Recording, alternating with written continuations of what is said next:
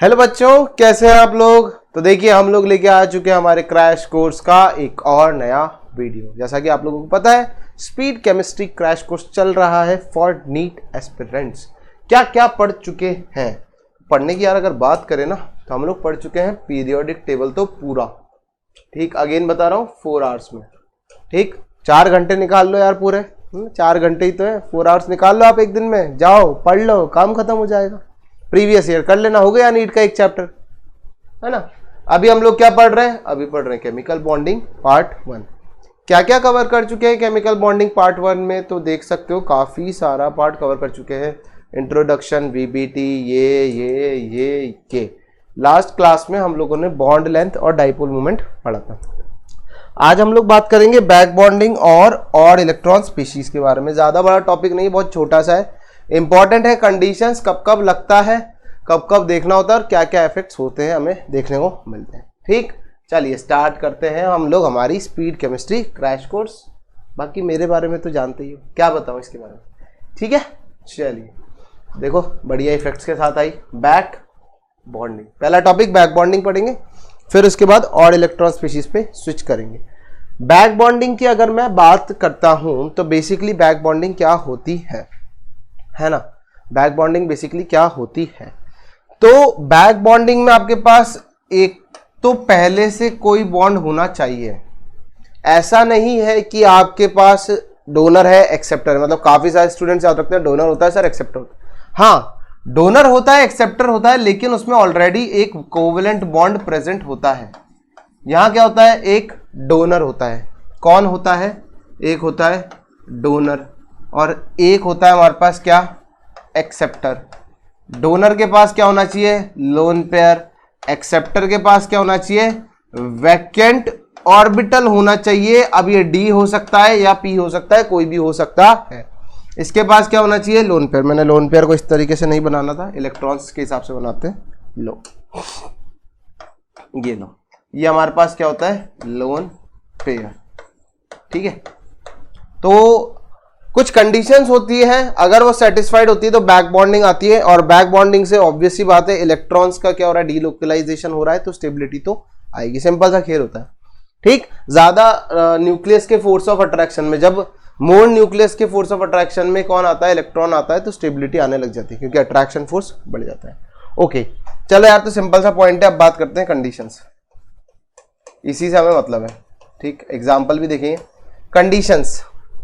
Conditions है जो सबसे इंपॉर्टेंट कंडीशन है, that is your either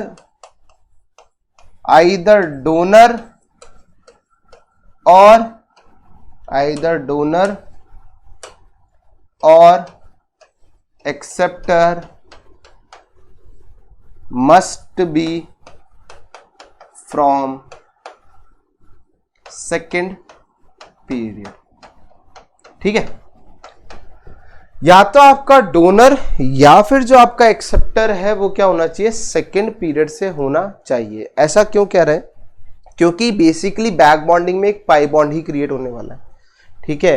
back bonding में एक पाई बॉन्ड ही क्रिएट होने वाला है। तो जब पाई बॉन्ड बनेगा तो अगर सेकेंड पीरियड के अलावा दोनों अलग अलग हो गए, बेसिकली अब मेरा कहने का मतलब है या तो आपका डोनर सेकेंड पीरियड का हो या एक्सेप्टर सेकेंड पीरियड का हो, दोनों साइमल्टेनियसली थर्ड पीरियड के नहीं होने चाहिए और दोनों सेकेंड पीरियड से भी हो सकते हैं, है ना। यहां पर लिख सकते हो आप, इधर अंदर डाल भी सकते हैं अपन ब्रैकेट में, बोथ कैन बी फ्रॉम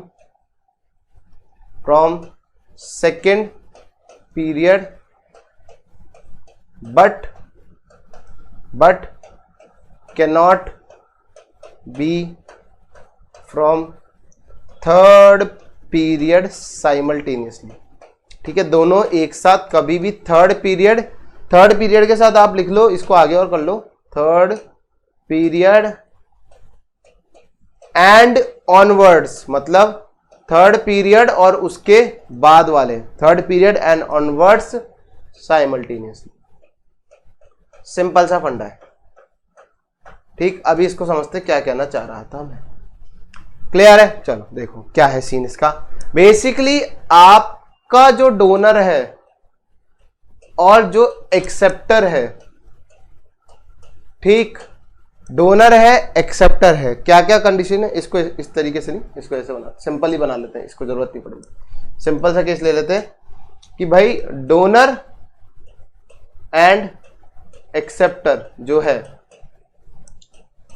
वो हो सकते हैं 2p एंड 2p। ये 2p ऑर्बिटल नहीं है, 2p मतलब पीरियड है, ठीक है, ये पीरियड है, सेकंड पीरियड और सेकंड पीरियड लिख देता हूं वरना भावनाओं में बह जाओगे। ठीक, दूसरा हो सकता है second period and third period. ठीक, इन दोनों केस में तो आपके पास क्या होगा, इन दोनों केस में आपके पास इफेक्टिव बैक बॉन्डिंग हो जाएगी। इन दोनों केस में तो आपके पास क्या हो जाएगी, इफेक्टिव बैक बॉन्डिंग हो जाएगी। लेकिन अगर मान लो आपके पास आता है ये भी थर्ड का और ये भी थर्ड का, दोनों किसके हो गए, थर्ड पीरियड के हो गए, यहां पर आप बैक बॉन्डिंग कंसिडर नहीं करोगे। ठीक, सिंपल सा एग्जांपल लेते हैं। सबसे पहला एग्जांपल है हमारे पास जैसे BF3, इस तरीके से होता है BF। ठीक, BF3 तो हमें पता है फ्लोरीन के पास क्या है, लोन पेयर है, बोरॉन के पास एक वैकेंट ऑर्बिटल भी खाली। ठीक है, तो कंडीशन चेक करो, क्या ये सेकंड पीरियड का है, बिल्कुल है सर, हम जानते हैं बोरॉन सेकंड पीरियड का होता है। क्या फ्लोरीन सेकंड पीरियड का है, बिल्कुल है सर। ठीक, हो सकता था थर्ड पीरियड का हो। ठीक, तो यहां पर क्या होगा, ये इधर ट्रांसफर कर देगा और बेसिकली एक बैक बॉन्डिंग हो जाएगी। अपन इसी को क्या बोलते हैं, बैक बॉन्डिंग। और बैक बॉन्डिंग के इफेक्ट्स क्या होते हैं वो अपन देखेंगे, बट यहां हो गई क्या, बैक बॉन्डिंग, और कैसी है, इफेक्टिव है ना। क्रॉस का मतलब इसका चेक साइन का मतलब इफेक्टिव है, अगर क्रॉस बना दिया तो इनइफेक्टिव। अब जैसे देखो अगला BCl3, आप पूछ सकते हो इसमें क्या होगा। ठीक, BCl3 इसके पास भी लोन पेयर, अगेन इसके बाद वैकेंट ऑर्बिटल। तो देखो क्या ये सेकेंड पीरियड का है, बिल्कुल है। ये कौन से पीरियड का है, थर्ड पीरियड का है। क्या कंडीशन सेटिस्फाइड है, second period third period. Sir आपने तो लिख रखा है डोनर इधर, और इसके हिसाब से तो डोनर सेकंड का होना चाहिए। नहीं बेटा, डोनर और एक्सेप्टर स्विच कर सकते हो, दोनों में से कोई एक सेकंड पीरियड का होना चाहिए। ठीक है, दोनों में से कोई एक सेकंड पीरियड का होना चाहिए। ये इधर डालेगा लोन पेयर, ठीक है, हो जाएगी क्या, बैक बॉन्डिंग, हो जाएगी क्या, बैक बॉन्डिंग। क्लियर है, क्या हो जाएगी, बैक बॉन्डिंग हो जाएगी। इस तरीके से अपन क्या देखते हैं, बैक बॉन्डिंग देखते हैं। क्लियर है, ये तो हो गई कंडीशन नंबर फर्स्ट। अब इसमें क्या होता है, एक और कंडीशन आती है। क्या कंडीशन आती है सर, अगली कंडीशन आती है, मान लो आपके पास सिनेरियो कुछ ऐसा है, A B, अब इसके पास भी लोन पेयर है, इसके पास भी लोन पेयर है, लेकिन साथ साथ में ये एक्सेप्टर भी है। बेसिकली ये क्या है, एक्सेप्टर है और ये डोनर है। इसके पास वैकेंट ऑर्बिटल नहीं है, लेकिन इसके पास वैकेंट ऑर्बिटल भी है और साथ ही साथ में लोन पेयर भी है। ठीक है, जैसे क्लोरीन का केस ले लो, क्लोरीन के पास लोन पेयर भी होते हैं और साथ ही साथ में वैकेंट डी ऑर्बिटल भी होता है। क्लियर है, वैकेंट डी ऑर्बिटल भी होता है, तो वो एक्सेप्टर की तरह काम कर सकता है, साथ ही साथ में डोनर की तरह काम करता है। अभी इससे पहले वाले एग्जांपल में देखा था। क्लियर है, अब क्या ये अपना लोन पेयर इसके वैकेंट ऑर्बिटल में डालेगा, क्या ये लोन पेयर को वैकेंट ऑर्बिटल में डीलोकलाइज करेगा, उसके लिए एक कंडीशन है। कंडीशन क्या है बेटा, कंडीशन है इलेक्ट्रोनेगेटिविटी ऑफ ए अगर ग्रेटर देन है इलेक्ट्रोनेगेटिविटी ऑफ बी, तो इफेक्टिव बैक बॉन्डिंग हो जाएगी। तो इफेक्टिव बीबी शॉर्ट में लिखा है ना, तो इफेक्टिव बैक बॉन्डिंग हो जाएगी। लेकिन अगर आपके पास कंडीशन उल्टी है, less than electronegativity of B है, उस केस में इनइफेक्टिव बैक बॉन्डिंग होगी। उसमें क्या होगा, इनइफेक्टिव बैक बॉन्डिंग होगी। ठीक, इसका एग्जाम्पल जो है हमारे पास है OCl2।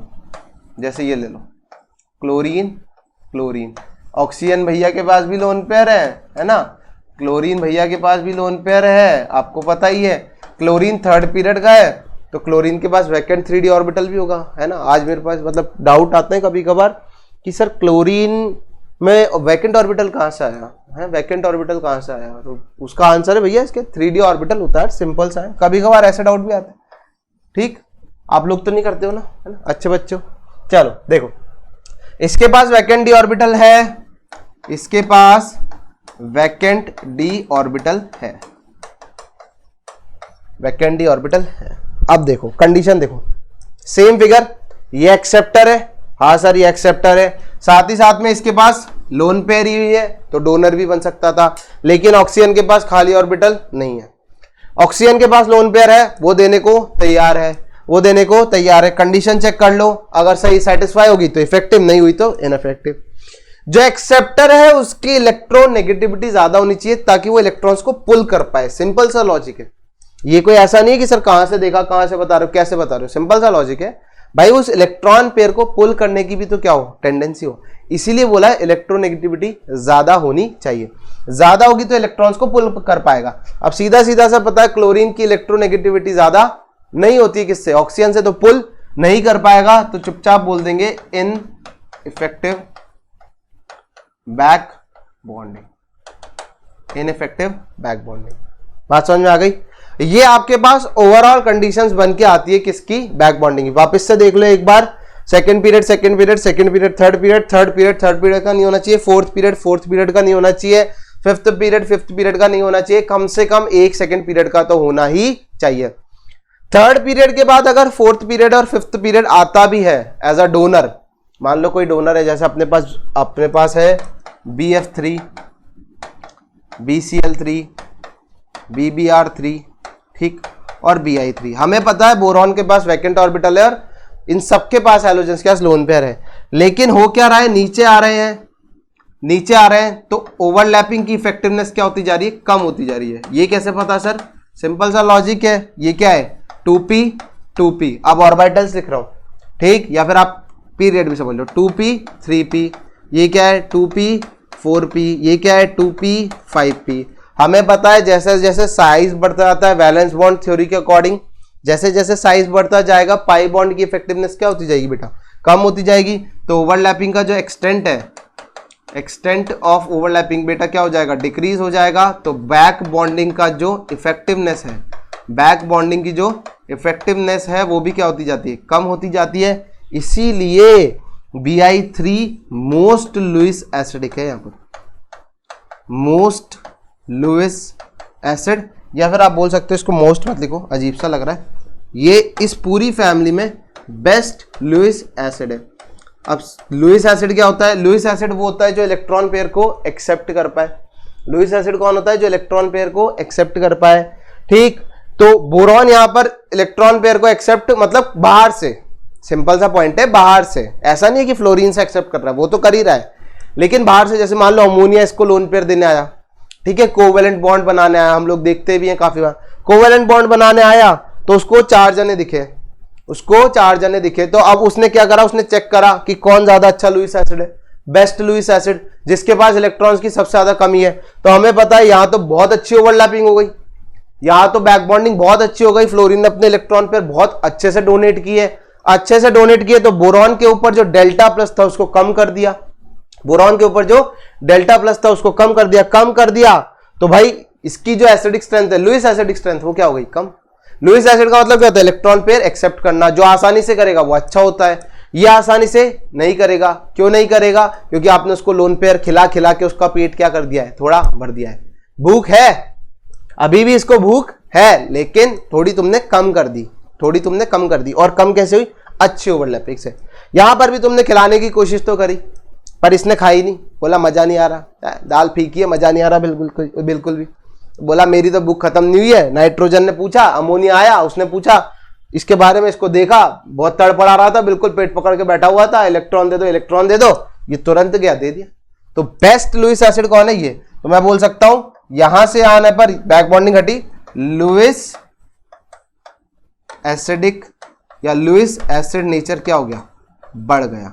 लुइस एसिड नेचर क्या हो गया बेटा, यहां पर बढ़ गया। इस तरीके से इसका लुइस एसिड नेचर जो होता है गवर्न करते हैं। काफी बार काफी गलती होती है कि फ्लोरीन देख लेते हैं, ज्यादा इलेक्ट्रोनेगेटिव है, पुल करेगा तो डेल्टा प्लस ज्यादा आएगा तो ज्यादा अच्छा होगा, लेकिन नहीं, आपको बैक बॉन्डिंग से देखना होगा, ठीक। तो ये रूल्स है अपने पास। फाइनली BF3 हमने देख ही लिया, इस तरीके से होती है कि यहाँ पर वैकेंट 2p ऑर्बिटल है, इसका फिल 2p ऑर्बिटल है, लोन पेयर दे दिया, अपने पास बन गया pi bond. The extent of back bonding is larger if the orbitals involved in the back bonding are of small size. Basically जितना अच्छा पीरियड का मैचिंग होती जाएगी, साइज जितना कम होगा, जो साइज का डिफरेंस है जितना कम होगा, उतनी अच्छी क्या होती जाएगी, बैक बॉन्डिंग होती जाएगी। जैसे कि ऑर्डर देखने को आपको मिलता है। क्लियर है? अब बात कर लेते हैं NSiH3 होल थ्राइस में ये क्या सीन है भैया। पहले तो देखो नाइट्रोजन पे लोन पेयर है SiH3 Si, जैसे CH3 होता है वैसे ये है SiH3 बना दिया। हमें पता है सिलिकॉन थर्ड पीरियड का है, तो इसके पास क्या होने वाला है, इसके पास अगेन क्या होगा, vacant D orbital, vacant D orbital. तो ये अपना लोन पेयर डोनेट कर देगा यहां पर। लेकिन इसमें एक इंपॉर्टेंट पॉइंट क्या है, पीछे वाला फिगर देखो, आ गया, यहां देखो, ये प्योर पी ऑर्बिटल है, ज्यादा कुछ है नहीं इसमें, इस टॉपिक में बस थोड़ी बहुत चीजें समझनी। प्योर पी ऑर्बिटल है, लोन पेयर किसमें, प्योर पी ऑर्बिटल में होना भी चाहिए। क्यों? क्योंकि आप पाई बॉन्ड बनाने जा रहे हो, हाइब्रिड ऑर्बिटल से पाई बॉन्ड बनता नहीं है। चलो अब आगे देखो क्या कहना चाह रहा था मैं। अगर ये हाइब्रिड ऑर्बिटल में प्रेजेंट हुआ, सोचना, अगर ये हाइब्रिड ऑर्बिटल में प्रेजेंट हुआ तो बताओ क्या पाई बॉन्ड बन सकता है? क्या पाई बॉन्ड बन सकता है? बिल्कुल नहीं बन सकता। क्यों नहीं बन सकता सर? क्योंकि पाई बॉन्ड बनता है प्योर पी ऑर्बिटल से, हाइब्रिड ऑर्बिटल से पाई बॉन्ड बना नहीं सकते। तो फिर सर क्या इधर बैक बॉन्डिंग नहीं होगी? नहीं, बैक बॉन्डिंग तो होगी। ठीक है, बैक बॉन्डिंग तो जरूर होगी। क्यों? क्योंकि ये सेकेंड पीरियड का है, ये थर्ड पीरियड का है, कंडीशंस भी सारी सेटिस्फाई हो रही हैं, तो होगी बैक बॉन्डिंग तो होगी। अब यहां दिमाग मत लगाना कि नाइट्रोजन की इलेक्ट्रोनेगेटिविटी ज्यादा है सिलिकॉन से, वो वाला पॉइंट तब देखना है जब दोनों के पास लोन पेयर हो, और यहां पर सिलिकॉन के पास लोन पेयर नहीं है। बैक बॉन्डिंग होगी, बिल्कुल होगी। तो यहां क्या हो जाएगा, जो नाइट्रोजन पहले sp3 हाइब्रिडाइज था, जो नाइट्रोजन पहले sp3 हाइब्रिडाइज था, बेसिकली अब वो चेंज हो जाएगा किसमें, sp2 के अंदर। वो जो नाइट्रोजन पहले sp3 था वो अब किसमें चेंज हो जाएगा बेटा, वो चेंज हो जाएगा sp2 के अंदर। क्यों सर? क्योंकि उसको लोन पेयर लाना रहेगा प्योर p ऑर्बिटल में। जो लोन पेयर पहले हाइब्रिड ऑर्बिटल में था उसको अब उसमें किसमें लाना पड़ेगा, उसको लाना पड़ेगा प्योर p ऑर्बिटल में, तभी वो क्या कर पाएगा, तभी वो इसको डोनेट कर पाएगा। हाइब्रिड ऑर्बिटल से डोनेशन नहीं हो सकता, तो हाइब्रिडाइजेशन क्या हो जाएगी, sp2। और यही सवाल पूछा जाता है, इसी तरीके का एक सवाल पूछा जाता है, बताओ बैक बॉन्डिंग के चलते किसकी हाइब्रिडाइजेशन चेंज होगी। बहुत आसान आंसर है इसका, एफ डोनर। या फिर आप ऐसे सोच लो कि डोनर की ही हाइब्रिडाइजेशन हमेशा चेंज होगी। हाइब्रिडाइजेशन, ठीक है, hybridisation of donor atom changes due to back bonding. Donor atom की जो हाइब्रिडाइजेशन है वो क्या होती है, हमेशा चेंज हो जाती है, किसके चलते, बैक बॉन्डिंग के चलते। जैसे ये ले लो, OSiS3 भाई साहब के पास लोन पेयर, इनके पास वैकेंट ऑर्बिटल। अब देखो ध्यान रखना, रेजोनेंस हो चाहे बैक बॉन्डिंग हो, हमेशा एक लोन पेयर ही जाता है किसमें, डोनेशन में। दो को मत भेज देना, एक को भेजा तो अब हाइब्रिडाइजेशन क्या हो जाएगी, sp2 हो जाएगी। ठीक, तो बैक बॉन्डिंग के चलते क्या हो जाती है, एक पॉइंट तो हमने सीखा, हाइब्रिडाइजेशन चेंज हो जाती है। हाइब्रिडाइजेशन चेंज हो गई तो ऑब्वियस सी बात है ज्योमेट्री चेंज हो जाएगी। जो पहले पिरामिडल था अब वो क्या बन चुका होगा, वो बन चुका होगा ट्राइगोनल प्लेनर। ठीक, बात समझ में आ गई। अब क्या बन चुका होगा, वो ट्राइगोनल प्लेनर। देखो क्वेश्चन भी है, silyl isocyanate is linear but methyl isocyanate is bent, explain. देखो सिंपल सा केस, पहले तो इसका स्ट्रक्चर बनाना आना चाहिए। ठीक है, ये कैसा दिखता है, इस तरीके का, SiS3। ठीक, भैया के पास लोन पेयर था, इधर देखो पैरेलल में बना लेगा फटाफट से, लोन पेयर तुरंत बनाओ। शेप वेप तो देखो अब अपन बढ़ चुके हैं, हाइब्रिडाइजेशन सब कुछ पढ़ चुके हैं यार, VSEPR। शेप वेप तो बनाना बहुत बच्चों वाला खेल होना चाहिए। देखो यहां भाई साहब के पास क्या था, वैकेंट खाली डी का कमरा, वैकेंट डी ऑर्बिटल, तो तुरंत इसने ट्रांसफर मारा, इसीलिए इसकी हाइब्रिडाइजेशन पहले क्या थी। अब पहले वाली तो देखा करो, 1 2 3, पहले थी sp2 लेकिन अब क्या हो जाएगी sp, इसीलिए लीनियर हो जाएगा। लेकिन यहां पर हाइब्रिडाइजेशन में कोई चेंज नहीं आएगा तो ये अभी भी क्या रहेगा sp2 रहेगा। इसमें हाइब्रिडाइजेशन में कोई चेंज नहीं आएगा तो इसलिए क्या रहेगा sp2 ही रहेगा। क्लियर है? देखो सारा कुछ बना रखा है, मैं समझ में अब आ ही रहा होगा तुम्हें, ठीक है, समझ में तो आ ही रहा होगा। ये सारा किस्सा है पी पाई डी पाई, बैक बॉन्डिंग भी हम लोग उसको बोलते हैं। Effect of back bonding, effect of back bonding, effect of back bonding में आता है सबसे पहला बॉन्ड लेंथ का डिक्रीज।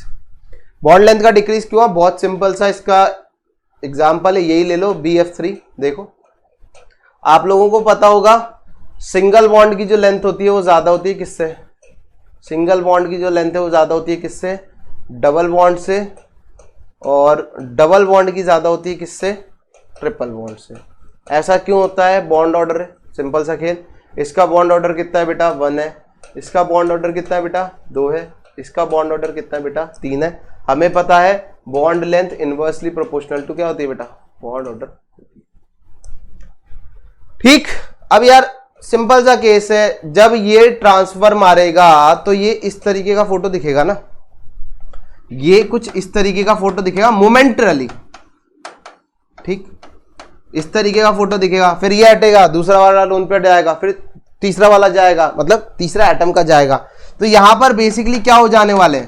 पार्शियल। देखो कंप्लीट नहीं आएंगे, कंप्लीट नहीं आएंगे, चाहे रेजोनेंस हो चाहे बैक बॉन्डिंग हो, उनसे हमेशा पार्शियल कैरेक्टर्स आते हैं, कंप्लीट कैरेक्टर्स नहीं आते हैं, ध्यान रखना।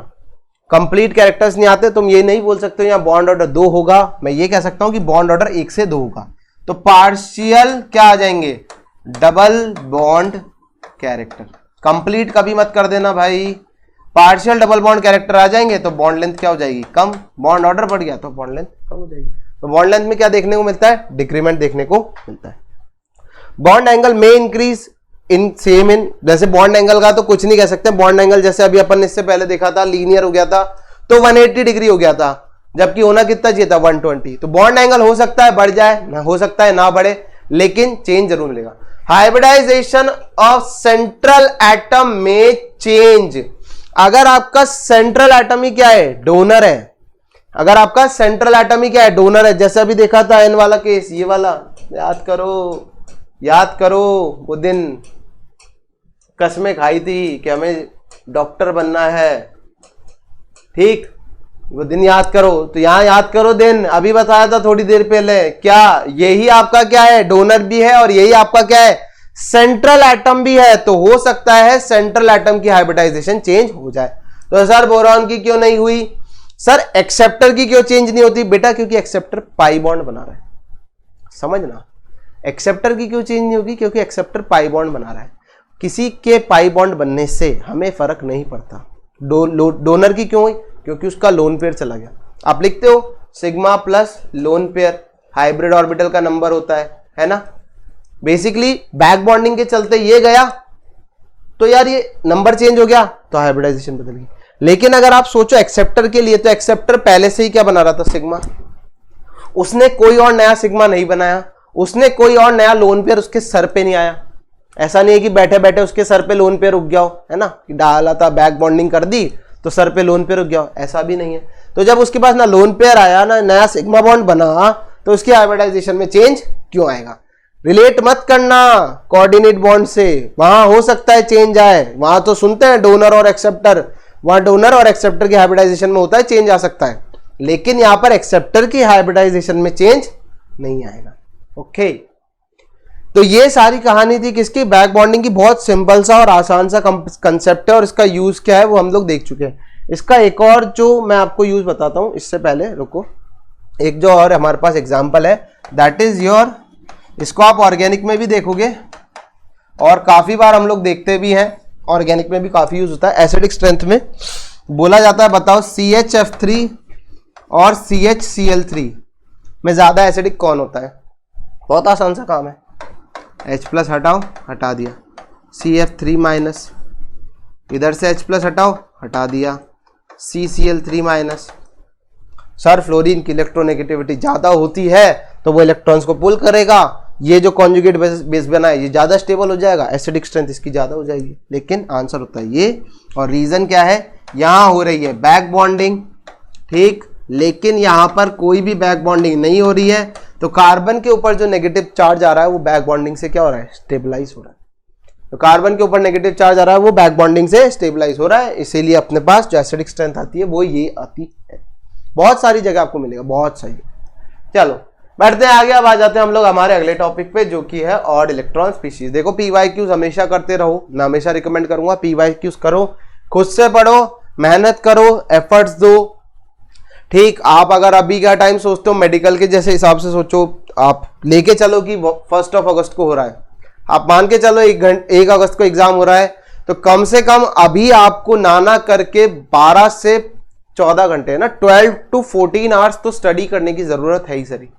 ठीक, क्योंकि 12th का भी एग्जाम कैंसिल हो गया, तो ऑब्वियसली आपकी जो कंपटीशन है वो और बढ़ चुका है। जो पहले 12th वाला बच्चा बोर्ड्स पे फोकस करता, अब वो सीधा नीट पे फोकस कर रहा है।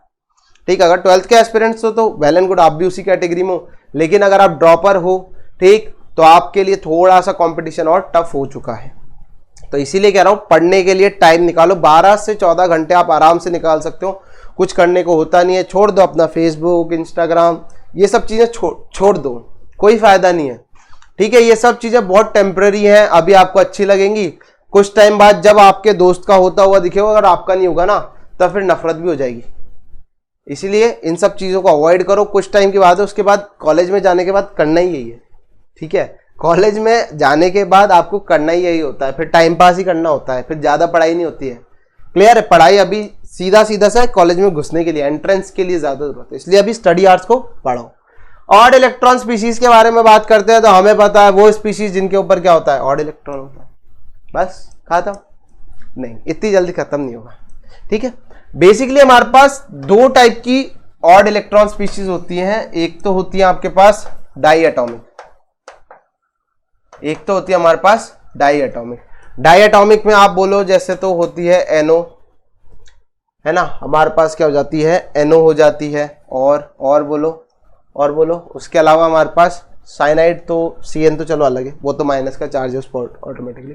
ठीक, NO टाइप की स्पीशीज जो है हमारे पास, ठीक, कौन से टाइप की स्पीशीज, NO टाइप की जो स्पीशीज होती है, ये आपके पास किससे बताई जाती है, मतलब बेसिकली इनकी बॉन्डिंग का जो पैटर्न है वो सब किससे एक्सप्लेन करते हो आप, bonding is explained bye MOT। यहां आप सारी कहानी किससे बताते हो, MOT से बताते हो।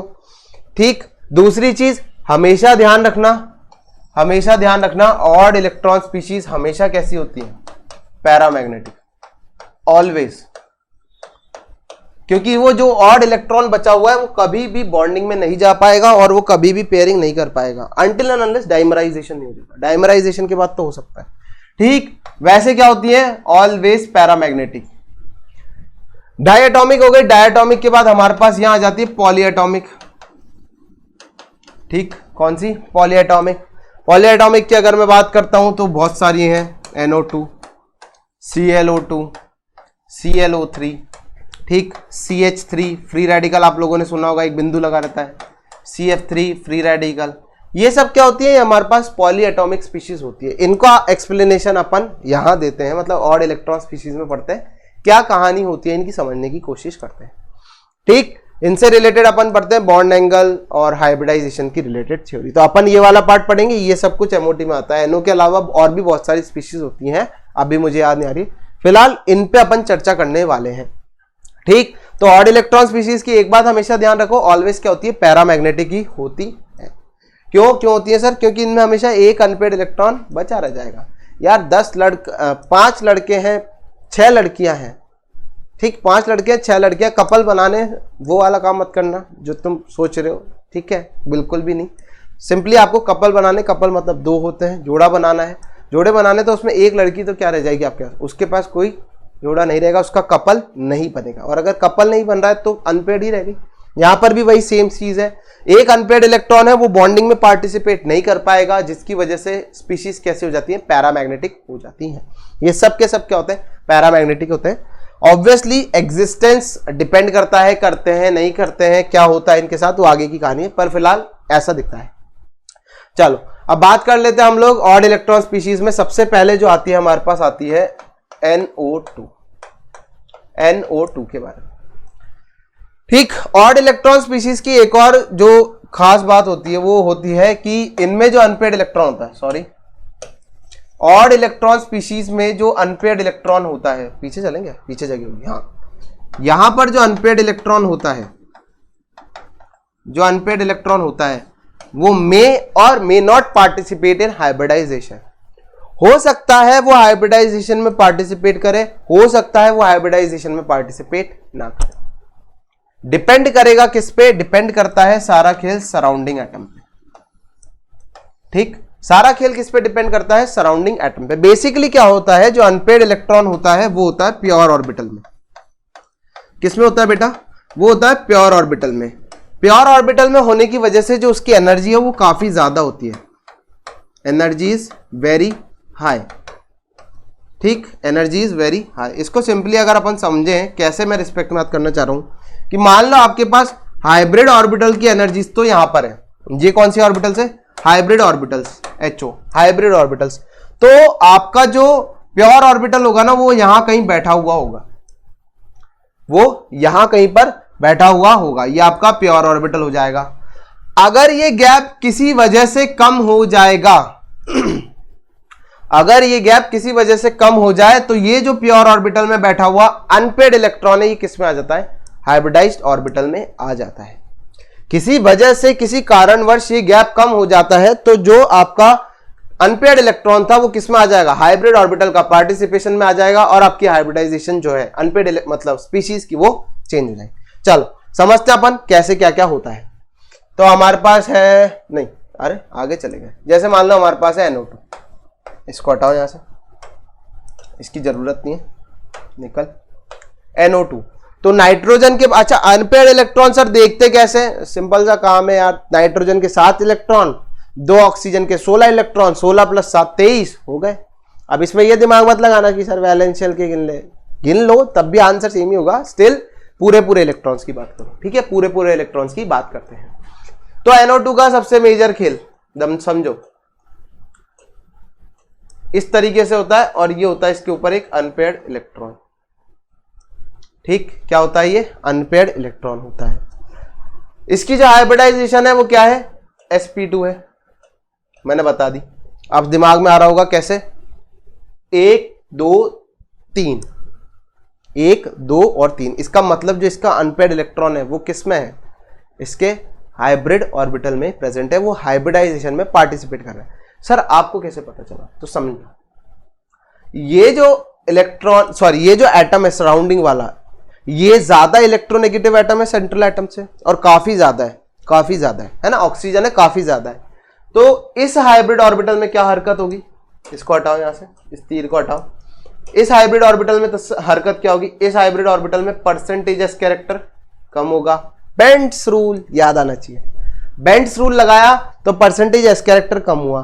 तो यार ऑब्वियस सी बात है, कहीं ना कहीं परसेंटेज एस कैरेक्टर बढ़ेगा भी सारी, कहीं ना कहीं परसेंटेज एस कैरेक्टर बढ़ेगा भी सारी।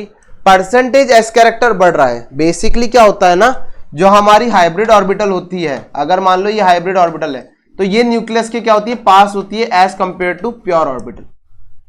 क्योंकि हमने बोला भी था हाइब्रिडाइजेशन में कि सेम एनर्जी की बनानी है, और जिनकी एनर्जी कम होती है, हाइब्रिडाइज ऑर्बिटल की एनर्जी कम हो जाती है, तो न्यूक्लियस की क्या होती है? पास होती है। ये जो ऑक्सीजन है वो क्या कर रहा है? इसके अंदर परसेंटेज एस कैरेक्टर बढ़ा रहा है, परसेंटेज एस कैरेक्टर बढ़ा रहा है तो इसको नीचे ला रहा है।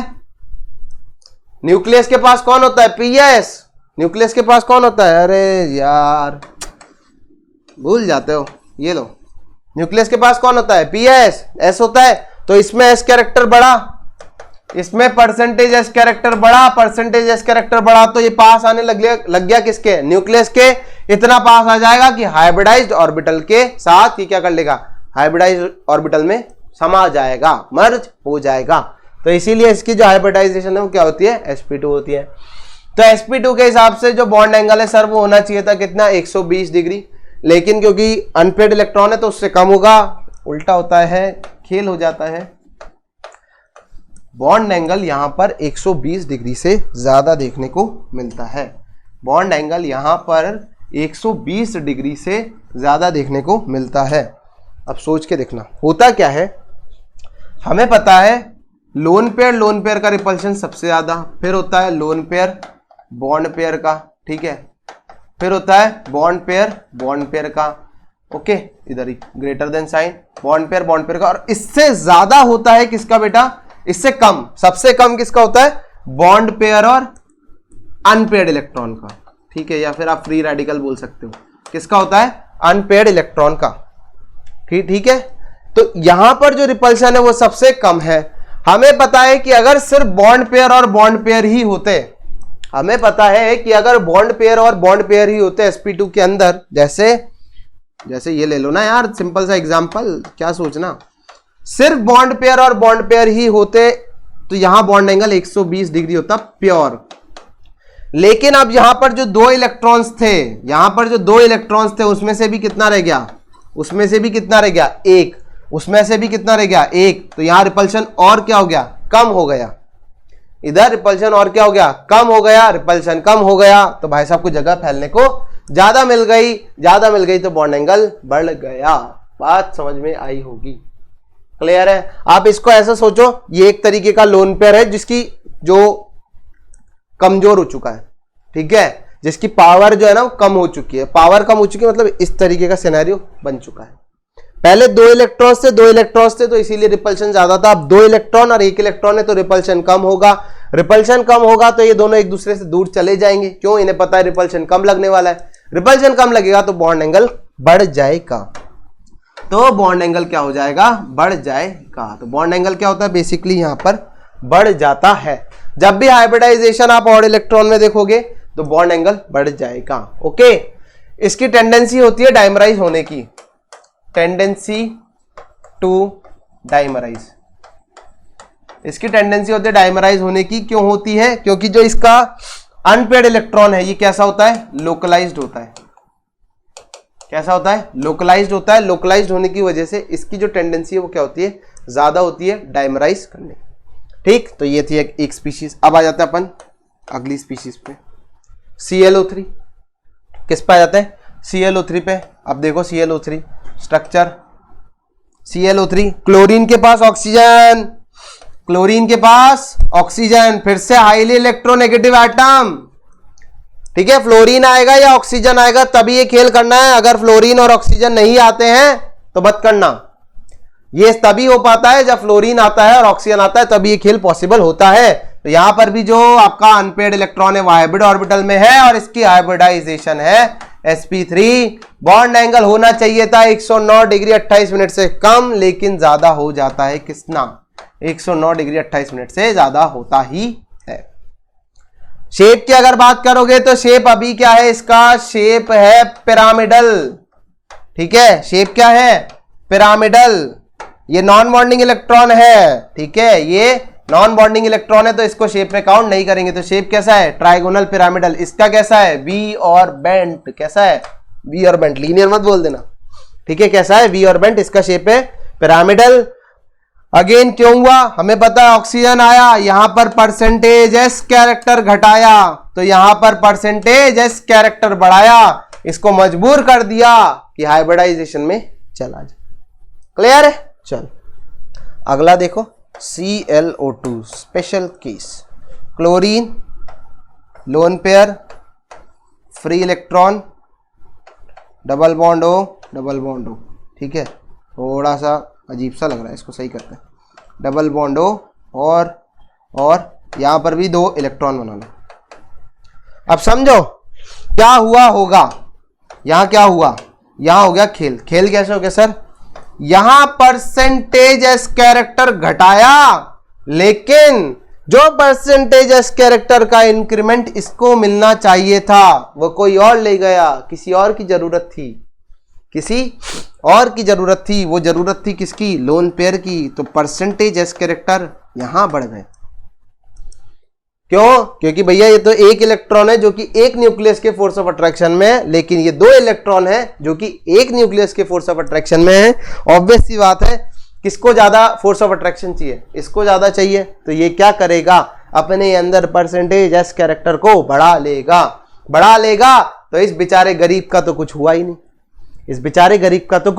हो ही नहीं पाया, तो ये हाइब्रिडाइजेशन में नहीं आ पाता है। हाइब्रिडाइजेशन में नहीं आ पाता है तो sp2 ही रह जाता है। sp2 कैसे सर? 1 2 3, इसको मत गिनते तो sp3 होती, लेकिन नहीं गिन रहे तो sp2 है। अब सब कुछ लोन पेयर ही डिसाइड करेगा। सर लोन पेयर डिसाइड करेगा तो बॉन्ड एंगल 109 डिग्री 28 मिनट से कम हो जाएगा। क्यों सर? इसका कोई वजूद नहीं है। अरे तो प्योर ऑर्बिटल में पड़ा है, ये तो प्योर पी ऑर्बिटल में पड़ा है, इसका तो बॉन्ड एंगल की तरफ ध्यान ही नहीं है, ये तो बॉन्ड एंगल पे ध्यान देगा ही नहीं, तो सब कुछ वैसा का वैसा खेल हो जाएगा। ध्यान रखना, ये जो अनपेयर्ड इलेक्ट्रॉन होता है ये होता है डीलोकलाइज्ड। सवाल पूछा जाता है बताओ ClO2 की डाइमराइज होने की टेंडेंसी कम क्यों होती है? ClO2 की डाइमराइज होने की टेंडेंसी कम क्यों होती है? इसीलिए होती है क्योंकि जो उसका अनपेयर्ड इलेक्ट्रॉन है वो क्या है? डीलोकलाइज्ड। सर डीलोकलाइज्ड कहां पर है? डी ऑर्बिटल्स में। डीलोकलाइज्ड इन डी ऑर्बिटल।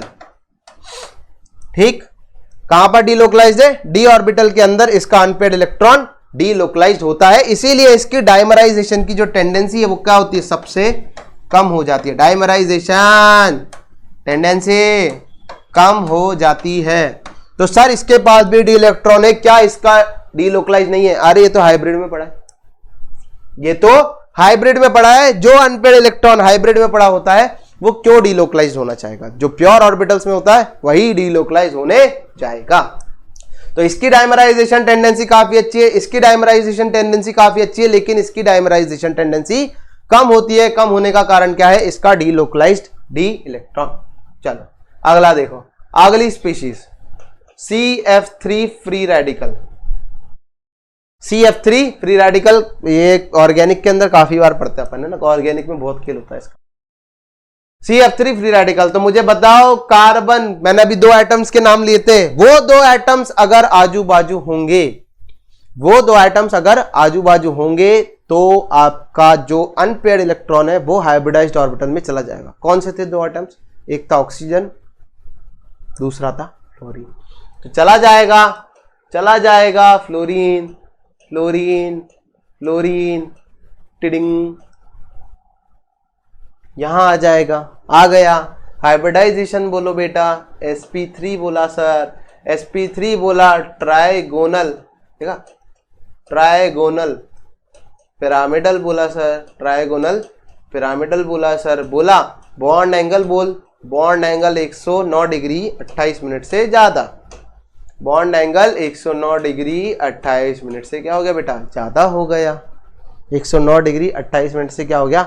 ज्यादा हो गया। ऑब्वियसली इसमें भी क्या होगी? डाइमराइज होने की टेंडेंसी होगी, डाइमराइज होने की टेंडेंसी होगी और अच्छी खासी होगी, मतलब ये भी डाइमराइज करना चाहता है। चलो लास्ट CH3 फ्री रेडिकल। क्या हाइड्रोजन फ्लोरीन जितने इलेक्ट्रोनेगेटिव है सर मजाक कर रहे हो, नाइट्रोजन जितना भी नहीं है। क्या करें? कुछ मत करो, सिंपल सा फंडा है, ले लो इसको भगा दो, ठीक है। इसको क्या करो, इसको बोलो तू रवाना हो जा। किसको रवाना होने के लिए बोलना है? फ्री रेडिकल को बोलना है तू रवाना हो जा पहली बस पकड़ के। कहां पर? पहली बस पकड़ के प्योर ऑर्बिटल के अंदर। इस तरीके का दिखता है प्योर ऑर्बिटल में, ठीक है, प्योर ऑर्बिटल में इस तरीके का दिखता है, ठीक। इससे पूछा हाइब्रिडाइजेशन बता, बोला sp2, sp2 बोला तो trigonal planar, trigonal planar. Bond angle पूछा, बोला 120 डिग्री। कितना बोला? 120 डिग्री। क्या डाइमराइज होना चाहता है? हाँ, क्यों? क्योंकि एक तो इसका जो लोन पेयर है वो डीलोकलाइज नहीं है, सॉरी इसका जो अनपेयर्ड इलेक्ट्रॉन है वो डीलोकलाइज नहीं है, ठीक। दूसरा हम लोग देखते भी हैं फ्री रेडिकल जब भी बनता है वो डाइमराइज होने की टेंडेंसी रखता है, तो ये भी डाइमराइज हो जाएगा, ठीक। ये भी क्या हो जाएगा? डाइमराइज हो जाएगा। पूछा जाता है इन दोनों में ज्यादा जल्दी डाइमराइज कौन होगा या अच्छे से डाइमराइज कौन होगा, किसको ज्यादा जल्दी से डाइमराइजेशन हो जाएगा, इजीली डाइमराइज। तो इजीली यहां पर CF3 होता है। क्यों? क्योंकि अगर ये डाइमराइज होगा, देखना, क्योंकि ये जो डाइमराइज होगा तो फ्लोरीन फ्लोरीन और फ्लोरीन डाइमराइज होके इस तरीके का फोटो बनाएगा। डाइमराइज का मतलब क्या होता है? एक और ऐसी स्पीशीज लाएगा, उसको बोलेगा तू अपना अनपेयर्ड इलेक्ट्रॉन दे, मैं अपना अनपेयर्ड इलेक्ट्रॉन देता हूं, दोनों बॉन्ड बनाते हैं, भाई भाई एक साथ रहते हैं, तो मान जाते हैं, है ना, कौन ऐसे रहना चाहेगा। ठीक है, ऑड इलेक्ट्रॉन स्पीशीज काफी ज्यादा रिएक्टिव होती हैं, अनपेड इलेक्ट्रॉन आने की वजह से काफी ज्यादा रिएक्टिव होती है, तो ध्यान रखना। तो दोनों बॉन्ड बना लिया, वो जो इलेक्ट्रॉन पेयर है वो यहां कहीं दिख रहा है, ये भी डाइमराइज होगा, ये भी डाइमराइज होगा, हो गया, लो डाइमराइज हो गया। अब समझना, इसका अनपेड इलेक्ट्रॉन डाइमराइजेशन के बाद भी हाइब्रिडाइज्ड ऑर्बिटल में ही है। भैया ये तो पहले भी क्या था, sp3, सॉरी बाद में भी क्या है sp3, और पहले भी क्या था sp3, लेकिन ये भैया पहले थे sp2, बाद में हो गए क्या sp3। किसको चेंज लाना पड़ा, किसकी जिंदगी में बदलाव आया, इनकी जिंदगी में बदलाव आया, इसीलिए इसने इस काम को थोड़ा मुश्किल से करा। इजीली डाइमराइज ये होगा, ना कि ये। NO2 हमें पता है डाइमराइज होती है, डाइमराइज होके बनाती है N2O4। वैसे NO2 अनपेड इलेक्ट्रॉन होते हैं तो आपको उसके ब्राउन फ्यूम्स भी देखने को मिलते हैं, ब्राउन कलर की गैस होती है ना। NO2 के आपके ब्राउन फ्यूम्स भी देखने को मिलते हैं। So this was about odd electron species, इतना ही पूछते हैं, ध्यान रखना। ऑड इलेक्ट्रॉन पैरामैग्नेटिक होती है, जो हाइब्रिडाइजेशन है वो किससे गवर्न करते हैं, इन सब पॉइंट्स हम लोग गवर्न करते हैं। ठीक है, सिंपल से 2 टॉपिक्स थे जो कि आज हम लोगों ने कवर किए। तो बैक बॉन्डिंग और ऑड इलेक्ट्रॉन स्पीशीज भी होता है हमारा समाप्त। उसके बाद बचेंगे आपके पास इस चैप्टर में 3 टॉपिक्स, ब्रिज बॉन्डिंग, MOT और वीक बॉन्ड्स। सिर्फ हमें इतना ही पढ़ना रहेगा। ब्रिज बॉन्डिंग समवॉट यहां, और मतलब इसका पूरा यूज होता हुआ दिखेगा आपको। ब्रिज बॉन्डिंग में कहीं ना कहीं आपको इसका इस्तेमाल होता हुआ दिखेगा, क्या होता है कैसे होता है सब हम लोग समझेंगे। बाकी आप लोगों को पता होगा, इसके अलावा हमारे पास OC की भी सीरीज चल रही है, same speed chemistry crash course में। फिजिकल की भी चल रही है, जहां पर प्रतीक सर क्लासेस ले रहे हैं। संपूर्ण फिजिक्स की सीरीज चली रही है, आपको पता होगा, है ना, सारांश सर की, और साथ सॉरी ब्रह्मास्त्र फिजिक्स की सीरीज चल रही है, और संपूर्ण बायोलॉजी की सीरीज भी चल रही है। ठीक, सबका जो लिंक है आपको डिस्क्रिप्शन के अंदर मिल जाएगा। बाकी आपको पता है, do like, share and subscribe and wait for the next video.